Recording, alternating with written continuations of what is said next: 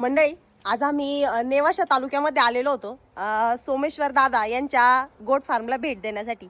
तसं त्यांचं फार्म जे आहे तर हे यश गोट फार्म अँड सीड्स या नावाने प्रसिद्ध आहेच. यूट्यूब चॅनलवरती पण त्यांची भरपूर माहिती आहे आणि भरपूर मंडळी त्यांना ओळखत पण असतील. तर आमचं बऱ्याच दिवसाचं चाललं होतं की त्यांच्या गोट फार्मला भेट द्यायची, कारण त्यांनी आता नवीनच गोट फार्मचं काम जे आहे ते चालू केलेलं होतं आणि थोडंसं सिस्टमॅटिक करायचं त्यांचं काम चाललंय. तर इकडं पाठीमागं तुम्ही बघू शकता, इकडं पाठीमागं आपल्याला बिल्डिंग दिसते आहे. जवळपास 2 मजली ही बिल्डिंग त्यांनी बांधलेली आहे आणि पुढचं नियोजन पण त्यांचं खरंच एकदम भारी आहे.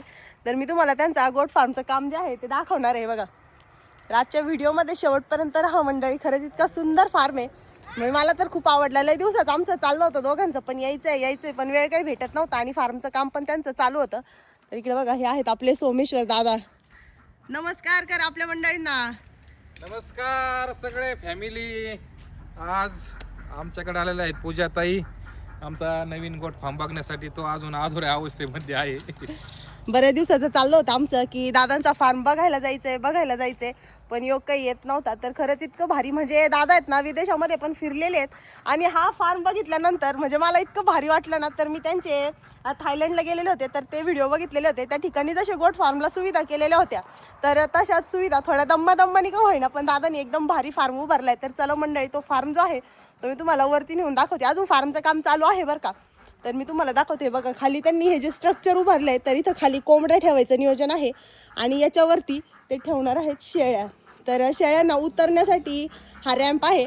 अजून त्या बाजूने माणसांना वरती जायला रॅम्प करायचा बाकी, अजून बरंच काम चालू आहे. तर शेळ्यांना खाली उतरायच्या रॅम्पवरून थोडंसं धरून मी येते वरती, नाही तर मी डायरेक्ट स्लायडिंग करून खाली. हे बघा मंडळी, हे पा. तर अशा प्रकारे त्यांनी हा फार्म जो आहे शेळ्यांसाठी उभारलेला आहे. याला साईडने अजून तार कंपाऊंड वगैरे बाकी आहे. हे बघा, यातून शेळ्यांच्या लेंड्या वगैरे ज्या आहे ते डायरेक्ट खाली जाणार आहे कोंबड्यांच्या सेक्शनमध्ये. म्हणजे कसं शेळ्यांचं इथं झाडलोटीचं अजिबात काम राहणार नाहीये आणि तसंच एकदम स्वच्छता राहणार आहे. तर ज्यावेळेस गोट फार्म होईल तर त्यावेळेस मी खरंच पुन्हा एकदा चक्कर मारणार आहे, जेणेकरून मला पूर्ण लाईव्ह डेमो जो आहे तो गोट फार्मचा पाहायला मिळेल. तर हे पूर्ण स्ट्रक्चर जे आहे ही त्यांची फक्त 20 गुंठे जागा आहे आणि याच्यामध्ये त्यांनी उभारलंय. हे बघा, तिथून रस्त्यापासून तर या बाजूला सरळ असा प्लॉट आहे त्यांचा रस्त्याच्या कडेला.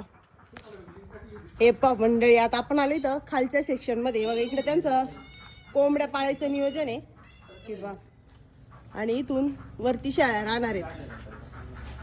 तर खरंच एकदम भारी बांधलाय बरं का दादांनी फार्म. दादा, फार्मचं काम एकदम भारी वाटलं बरं का. पण आता हे सातत्यात चालू कधी होणार आहे? आता लवकरच होईल चालू, कारण की ह्या गोष्टी करायच्या म्हणल्याच्या नंतर तिथं अहो लवकर म्हणता तुम्ही मागच्या वर्षी म्हणले होते लवकरच चालू करणार आहे. खूप पैसा लागतो यासाठी. आता हे ते तर सीट आपण आणले, सगळ्या गोष्टी केल्या. आता आपण जिथं उभा आहोत ना तर इथं ह्या कोंबड्याचा सेक्शन राहणार आहे. म्हणजे खाली कोंबड्या आणि याच्यावरती शेळ्या.